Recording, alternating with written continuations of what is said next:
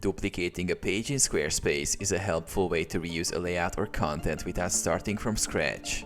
Here's how to duplicate a page in Squarespace. Log into your Squarespace account. Go to Squarespace and log into your account. Select the website you want to work on from the dashboard. Navigate to Pages. On the left sidebar, click on the Pages menu. This will show a list of all the pages on your site. Find the page you want to duplicate. In the Pages panel, locate the page you want to duplicate.